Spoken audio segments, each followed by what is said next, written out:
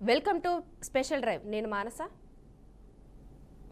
పహల్గాం ఉగ్రదాడితో పాకిస్తాన్ పరిస్థితి పీకోలేక లాక్కోలేక అన్నట్లు తయారైంది. పాక్పై భారత్ ప్రతీకార చర్యలు తీసుకుంటూ ఇప్పటికే అష్టదిగ్బంధం చేసింది. అయినా దాయాది దేశంపై పాపమన్న జాలి కాస్తైనా రావడం లేదు. ఇకపోతే భారత్ దెబ్బ మీద దెబ్బ కొడుతూనే మరోసారి కోలుకోకుండా ఉండేలా జాలు విదిల్చిన పులిపంజ విసరడానికి సిద్ధమైనట్లు భారత్ సైతం ఉక్రోషంతో ఊగిపోతుంది. ప్రపంచ దేశాలు అనుకున్నట్టు యుద్ధం అంటే ఫైటర్ జెట్లు, ఆర్మీ, నేవీతో విరుచుకుపడడం మాత్రమే కాదు, పాక్ దేశం పరిస్థితులపై, స్థితిగతులపై కూడా యుద్ధం చేయవచ్చని భారత్ నేర్పించబోతుంది.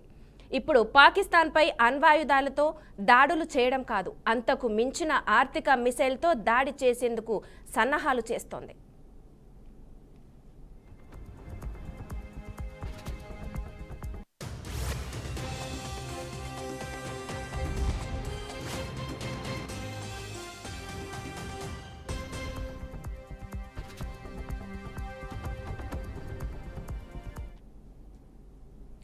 ఆర్థికంగా చాలా బలహీనంగా ఉన్న పాక్పై ఫైనాన్షియల్ స్ట్రైక్స్తో భారత్ విరుచుకుపడితే ఆ దేశం పీక మెడలా కూలిపోవడం ఖాయం.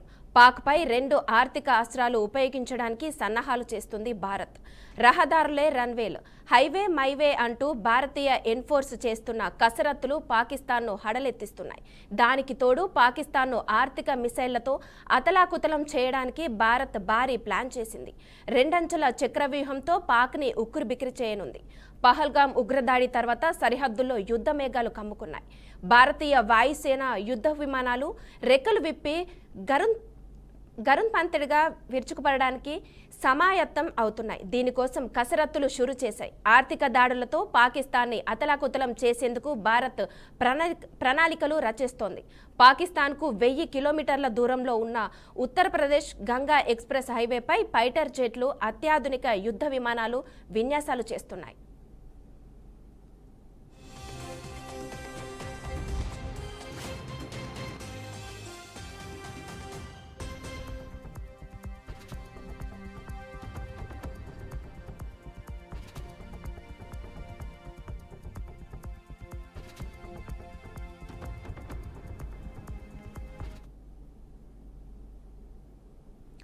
విన్యాసాలు చేస్తున్న యుద్ధ విమానాల్లో రాఫెల్, MiG-29, మిరాజ్ 2000 ఉన్నాయి. ఈ యుద్ధ విమానాలను రాత్రి వేళల్లో కూడా ల్యాండ్ చేసేలా ఉత్తరప్రదేశ్లోని షాహజ్పూర్లో గంగా ఎక్స్ప్రెస్ను నిర్మించారు.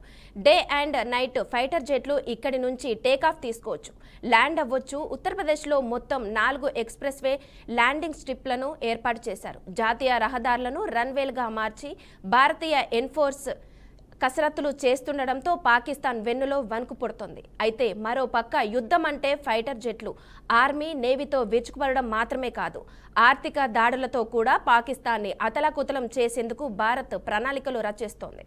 పాకిస్తాన్ను ఫైనాన్షియల్ టాస్క్ ఫోర్స్ గ్రే లిస్టులో చేర్చడానికి కార్యాచరణ ప్రణాళిక సిద్ధం చేసింది భారత్.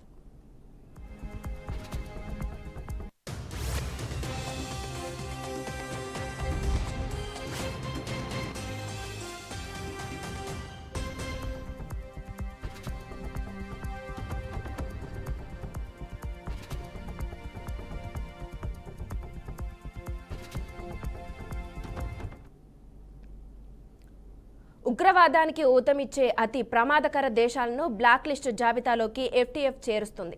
ఈ లిస్టులో ఉన్న దేశాలు అంతర్జాతీయ సంస్థల నుంచి నిధులు పొందడం చాలా కష్టం. ఈ దేశాలకు ముఖ్యంగా అంతర్జాతీయ ద్రవ్యనిధి సంస్థ, ప్రపంచ bank, Asia development bank, European union వంటి సంస్థలు ఆర్థిక సాయం చేయవు. దీంతో పాకిస్తాన్లో టెర్రర్ నిధులకు అడ్డుకట్టపడుతుంది. ఇక ఇటీవలే పాకిస్తాన్కు $7 బిలియన్ మంజూరు చేసింది IMF. ఆ నిధులను అడ్డుకునేందుకు భారత్ ప్రణాళికలు రచిస్తోంది. ఇక మరోవైపు పాకిస్తాన్ విమానాలకు భారత గగనతలాన్ని మూసివేయడంతో ఆ దేశం మరిన్ని ఆర్థిక కష్టాలు ఎదుర్కొంటోంది. దక్షిణాసియా, ఓషియానియా ప్రాంతాలకు వెళ్లే పాక్ విమానాలు చుట్టూ తిరిగి వెళ్తున్నాయి. ప్రయాణ సమయంతో పాటు ఇంధన వినియోగం పెరగడంతో పాక్కి నడ్డి విరిగింది. ఇలా అన్ని రకాల వ్యూహాలతో పాక్కి ఉక్కిరిబిక్కిరి చేస్తుంది భారత్.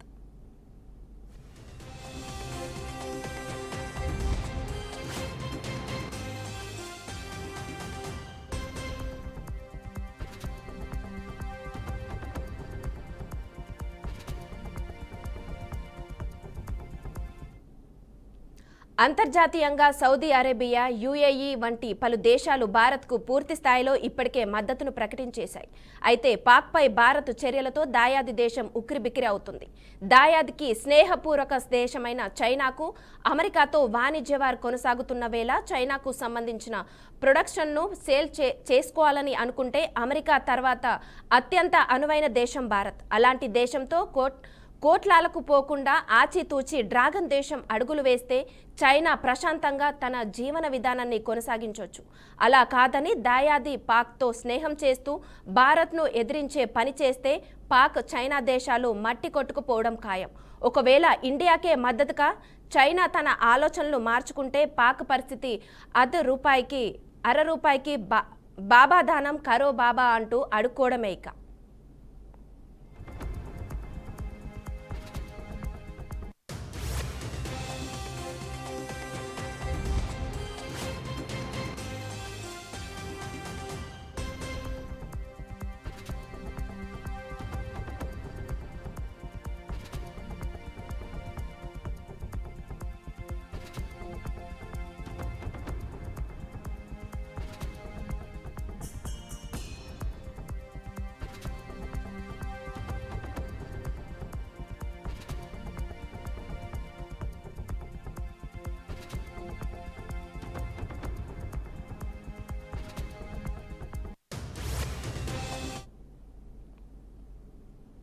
దీనికి సంబంధించి మరింత సమాచారం అనలిస్ట్ వెంకటేశ్వరరావు లైవ్ లో అందిస్తారు, చూద్దాం.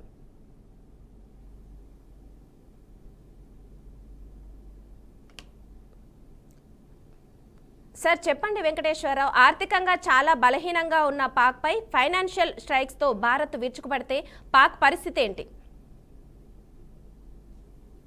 అవునా, చాలా ప్రస్తుతము పాకిస్తాన్ లో ఇండియా మధ్యలో జరుగుతున్నటువంటి ఈ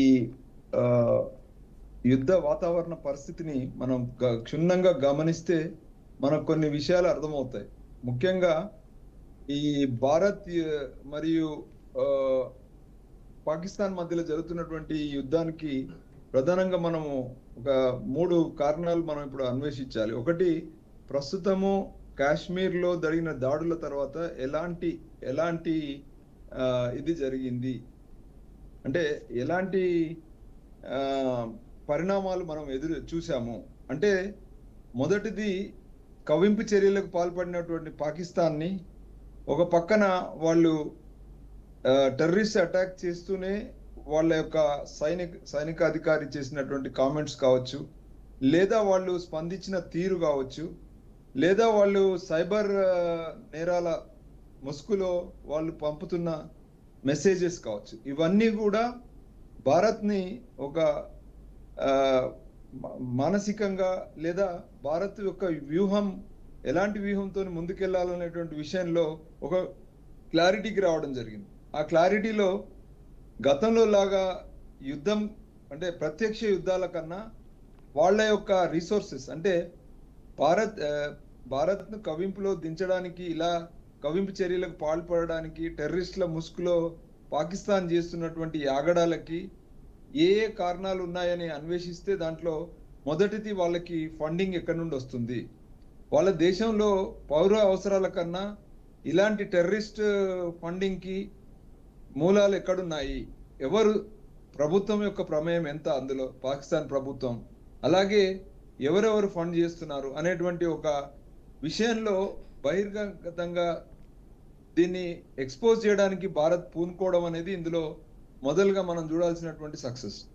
జనరల్ గా ఇలాంటి సమస్యలు వచ్చినప్పుడు యుద్ధ వాతావరణానికి మాత్రమే మన వాళ్ళు పూనుకోవడము, ప్రపంచ దేశాల యొక్క దృష్టిని ఆయుధాల చుట్టే తిప్పడం, టెర్రరిజం చుట్టే తిప్పడం జరిగేది ఇంతకాలం.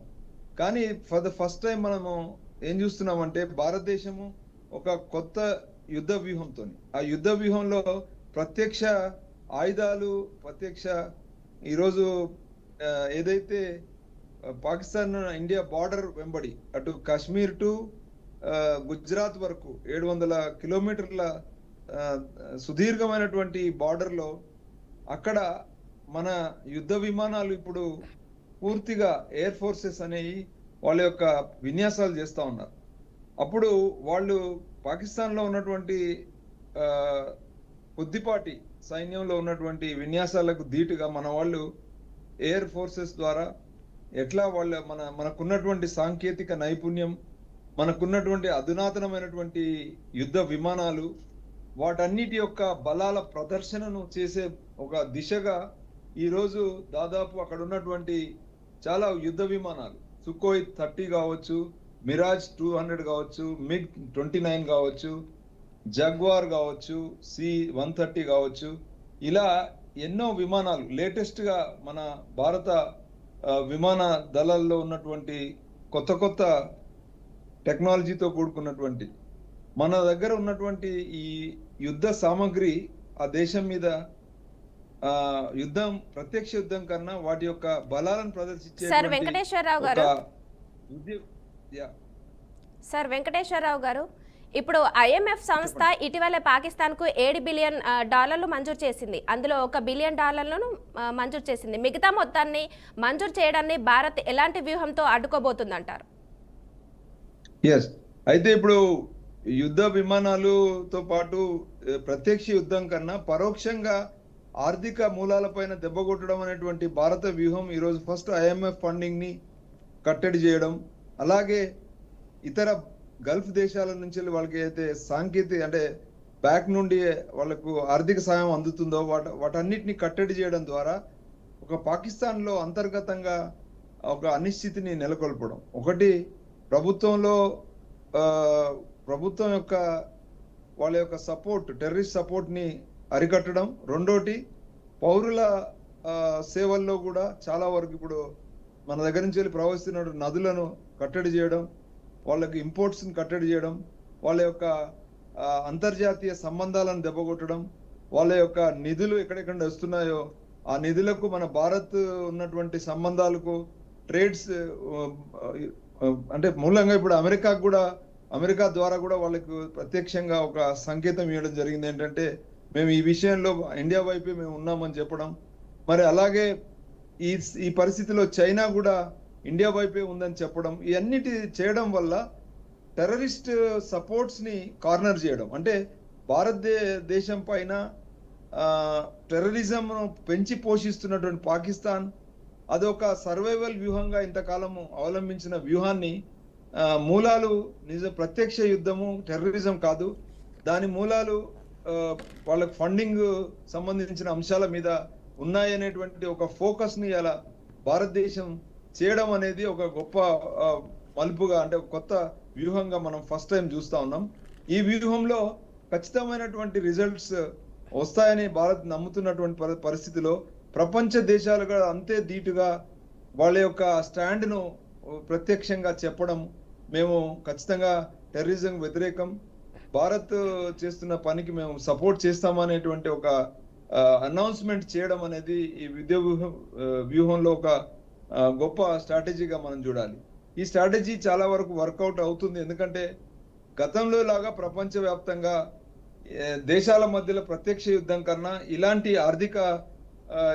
ఆర్థికంగా కట్టడి చేసే యుద్ధాలకే ఎక్కువ ప్రాధాన్యత ఉందనేది మనకు ఇప్పుడు సోషల్ మీడియా లేదా వరల్డ్ అంతా కూడా కమ్యూనికేషన్స్ పెరిగినటువంటి పరిస్థితిలో IT ద్వారా విపరీతమైనటువంటి విషయ పరిజ్ఞానం కానీ లేదా IT ద్వారా చాలా వరకు ఇప్పుడు ఏదైతే ఆర్థికంగా దేశాల మధ్యలో ఉన్న ఆర్థిక సంబంధాలే కాకుండా పౌరుల మధ్యలో ఉన్నటువంటి ఆర్థిక సంబంధాలు, అంటే ప్రతి దేశంలో వాళ్ళ మనుగడ కోసం పౌరులు షేర్ మార్కెట్స్ లో కానీ లేదా అక్కడ జరుగుతున్నటువంటి వాళ్ళ మనుగడ కోసము వాళ్ళకు ఉన్నటువంటి సమాచారం అనేది చాలా స్పష్టంగా, ఒకవేళ అక్కడ ఉన్నటువంటి ఎన్నుకోబడిన ప్రభుత్వాలు కానీ అక్కడ ఉన్న సైన్యాధిపతులు లేదా సైన్యము ప్రజలకు ఉన్న వ్యత్యాసాలు, సైన్యానికి ప్రభుత్వాలకు ఉన్నటువంటి వ్యత్యాసాలు బహిర్గతం అయ్యే విధంగా ఇలా ఇన్ఫర్మేషన్ టెక్నాలజీని వాడుకొని ఏది ప్రజలకు అంటే ప్రజాస్వామ్యానికి లేదా ప్రపంచీకరణకు ఏది అవసరమో అనేటువంటి ఒక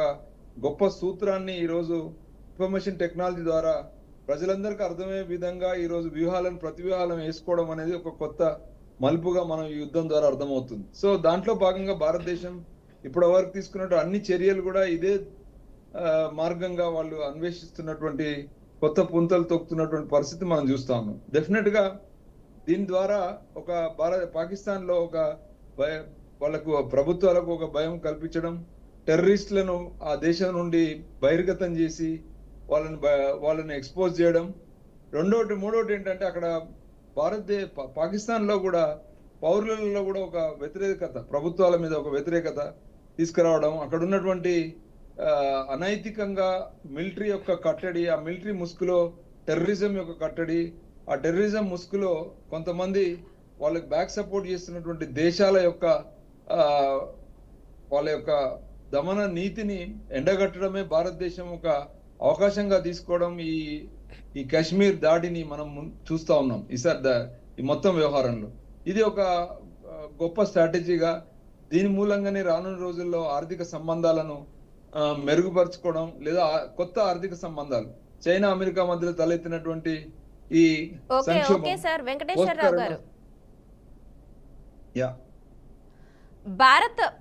భారత్ పాక్ ఉద్రిక్తతల మధ్య పాక్ స్నేహపూర్వకమైన దేశమైన చైనా పాత్ర ఎలా ఉండబోతుంది? ఖచ్చితంగా ఈరోజు చైనాకు ఒక గతంలో కాకుండా ఇప్పుడు అమెరికా ఇచ్చిన కొత్త టాక్సేషన్ విధానంలో అనివార్యంగా చైనా ఈరోజు ఇండియాకు సపోర్ట్ చేయాల్సినటువంటి పరిస్థితి వచ్చింది. వాళ్ళ ఆర్థిక మూలాలకు కూడా ఇవాళ అమెరికా ఛాలెంజ్ చేసిన పరిస్థితిలో అనివార్యంగా భారత్తో సత్సంబంధాలు పెట్టుకుంటేనే వాళ్ళ యొక్క ఉత్పత్తులకు వాళ్ళ యొక్క ఆర్థిక విధానానికి బలపడేటువంటి పరిస్థితి ఉందనేది గ్రహించినటువంటి చైనా ఈరోజు ప్రత్యక్షంగా పాకిస్తాన్ కూడా సపోర్ట్ చేసే పరిస్థితి లేదు. అలాంటి భౌగోళికమైనటువంటి సిచ్యువేషన్ ఇలా ఉండడం కూడా ఈ పరిస్థితిలో ఇప్పుడు భారత్ కలిసి వచ్చినటువంటి అంశంగా మనం చూస్తా ఉన్నాం.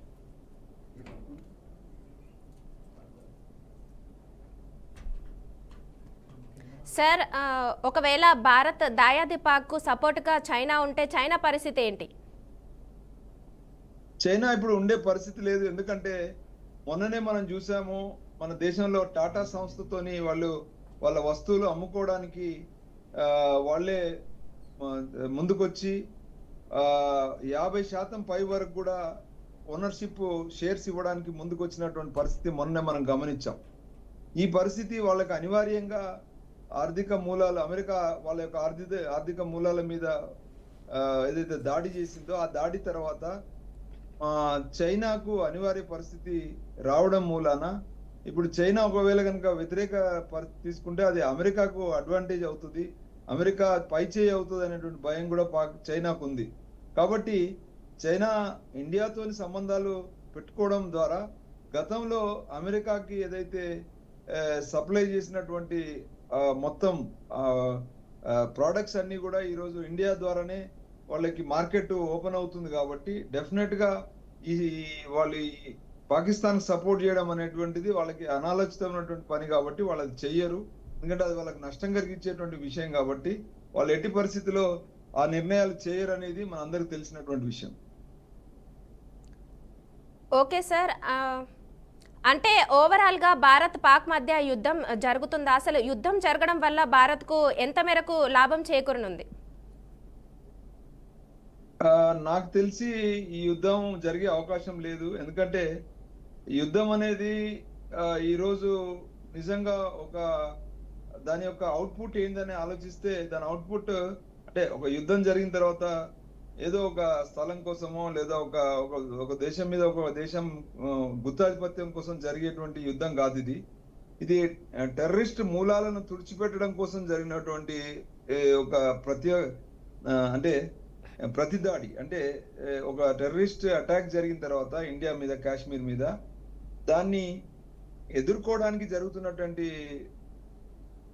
ఒక ప్రక్రియలో భాగంగా ఇరు వర్గాల యుద్ధ విమానాలు ప్రదర్శన చేసుకోవడం అనేది టార్గెట్ ఒక దేశం మీద ఒక దేశం దాడి చేయడం కాదు, టార్గెట్ టెర్రరిస్టులను ఎక్స్పోజ్ చేయడం, టెర్రరిస్టుల సంస్థల్ని తుడిచిపెట్టే ప్రయత్నంలో భాగంగా వాటి యొక్క రీసోర్సెస్ ను, వాళ్ళ యొక్క టెర్రరిస్టులను పూర్తిగా బయటికి పంపించేసి వాళ్ళను కంప్లీట్ గా తుడిచిపెట్టే ప్రయత్నం చేయడమే మూలం. కాబట్టి నిజమైన యుద్ధానికి టార్గెట్ అంటే అంతిమ లక్ష్యము ఏమీ లేదు. కాబట్టి డెఫినెట్ గా ఆర్థిక మూలాల వెనకాలనే ఇవన్నీ ఈ యుద్ధ విన్యాసాలు జరుగుతాయి, కానీ నిజమైన యుద్ధం జరిగే అవకాశం లేదు. ఎందుకంటే దానివల్ల ఇండియా కానీ పాకిస్తాన్ కానీ పెద్దగా ఒరిగేది ఏం లేదు. దానివల్ల టెర్రరిస్ట్ సంస్థలే ఇంకా లాభపడతాయి. కాబట్టి ఏ దేశం కానీ ఎవరు కానీ ఎక్సెప్ట్ పాకిస్తాన్ కూడా ఈరోజు దానికి వ్యతిరేకమే అని చెప్తా ఉంది. ఎందుకంటే అది ఓపెన్ గా దాని యొక్క బలహీనతలు, దాని యొక్క ఆర్థిక బలహీనతల్ని బయట చెప్పుకుంటూ మమ్మల్ని మా పరిస్థితి అధ్వానంగా ఉంది, మేము యుద్ధం చేయలేము, మాకు రక్షించండి అని గల్ఫ్ దేశాల ముందు మొరపెట్టుకుంటున్నటువంటి పరిస్థితి చూస్తే యుద్ధం వచ్చే అవకాశమే లేదని మనకు అర్థమవుతుంది.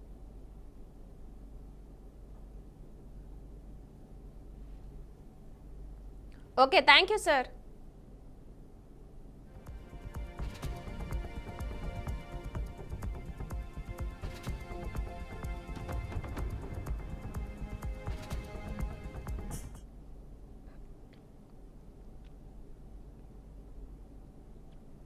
పహల్గామ్ ఉగ్రదాడితో పాకిస్తాన్ పరిస్థితి పీకోలేక లాక్కోలేక అన్నట్లు తయారైంది. పాక్పై భారత్ ప్రతీకార చర్యలు తీసుకుంటూ ఇప్పటికే అష్టదిగ్బంధం చేసింది. అయినా దాయాది దేశంపై పాపమన్న జాలి కాస్తైనా రావడం లేదు.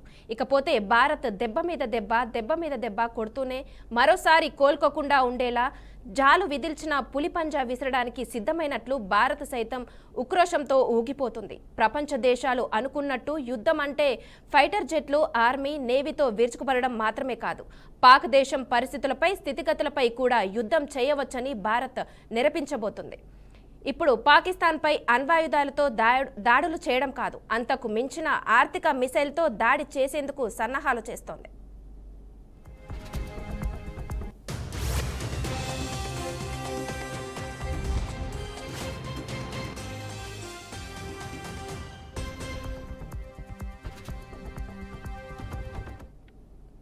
ఆర్థికంగా చాలా బలహీనంగా ఉన్న పాక్పై ఫైనాన్షియల్ స్ట్రైక్స్తో భారత్ విరుచుకుపడితే ఆ దేశం పేకమెడలా కూలిపోవడం ఖాయం. పాక్పై 2 ఆర్థిక అస్త్రాలు ఉపయోగించడానికి సన్నాహాలు చేస్తుంది భారత్. రహదారులే రన్వేలు, హైవే మైవే అంటూ భారతీయ ఎన్ఫోర్స్ చేస్తున్న కసరత్తులు పాకిస్తాన్ను హడలెత్తిస్తున్నాయి.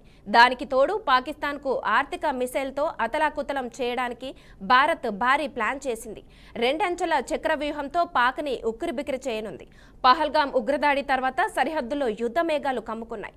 భారతీయ వాయుసేన యుద్ధ విమానాలు రెక్కలు విప్పి గరన్మంతుడిలా విరుచుకుపడడానికి సమాయత్తం అవుతున్నాయి. దీనికోసం కసరత్తులు షూరీ చేశాయి. ఆర్థిక దాడులతో పాకిస్తాన్ని అతలాకుతలం చేసేందుకు భారత్ ప్రణాళికలు రచిస్తోంది. పాకిస్తాన్కు 1000 కిలోమీటర్ల దూరంలో ఉన్న ఉత్తరప్రదేశ్ గంగా ఎక్స్ప్రెస్ హైవేపై ఫైటర్ జెట్లు, అత్యాధునిక యుద్ధ విమానాలు విన్యాసాలు చేస్తున్నాయి.